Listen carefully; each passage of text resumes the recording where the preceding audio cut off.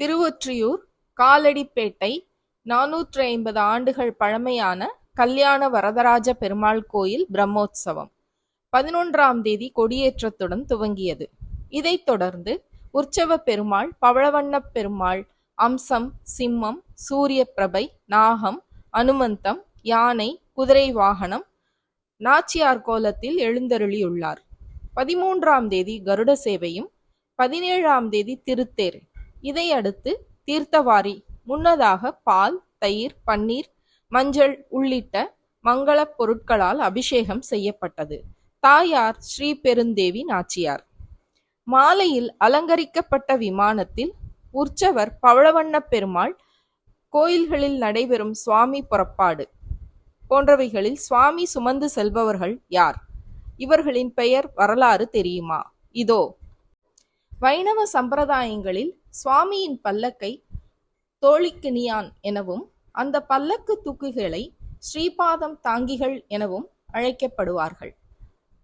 பெருமாள் புறப்பாட்டின் ஆரம்பம் ஒரு கருடன் எப்படி சட்டென தன் சிறகை விரித்து பறக்குமோ அப்படி புறப்படுகிறது இந்நிகழ்வு. இதை கருடகதி என்பார்கள். அதையடுத்து குகையிலிருந்து வெளியே வரும் ஒரு சிங்கம் எப்படி தனது தலையை இடப்பக்கமும் வலப்பக்கமும் லேசாக திருப்பி பார்த்துவிட்டு வெளிவருமோ அதுபோல ஸ்ரீபாதம் தாங்கிகள் பெருமாளை கருவறையிலிருந்து வெளியே தோளுக்கினியானில் தூக்கி புறப்படுவது சிம்மகதி ஆகிறது. பெருமாளை கருடன் சுமந்தார். அனுமன் ஸ்ரீராமனை சுமந்தார். சிவனுக்கு வாகனம் நந்தி. இப்படி புராணங்களில் உள்ளது. கோயில்களில் நடைபெறும் உற்சவங்களில் சுவாமி புறப்பாடு வாகனங்களை சுமப்பவர்களை ஸ்ரீபாத தாங்கி என்று அழைப்பார்கள். இந்த திருச்சேவைக்கு தகுதியான இளைஞர்களை தேர்ந்தெடுத்து பயிற்சி அளிக்கப்படும். முதலில் அவர்களுக்கு இடது தோள் பழக்கமா அல்லது வலது தோள் பழக்கமா, என்ன உயரம் என்பதையெல்லாம் கருத்தில் கொண்டு அதன் பிறகு வெறும் தோளுக்கினியானை தூக்கி கொண்டு பல மாதங்கள் பயிற்சி அளிக்கப்படும். அதன் பின் அவர்கள் ஸ்ரீபாத தாங்கிகளாக தேர்வு செய்து சுவாமி சேவைக்கு அனுமதிக்கப்படுவார்கள்.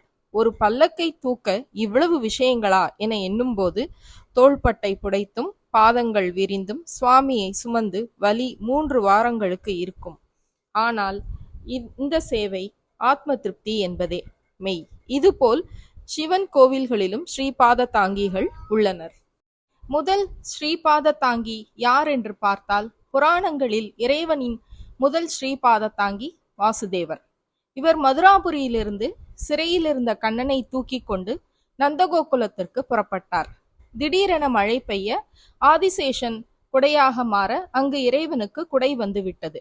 அதன் பின் இறைவன் புறப்பட போகிறார் என்பதை தெரிவிக்க வெடிவெடிப்பது வழக்கம்.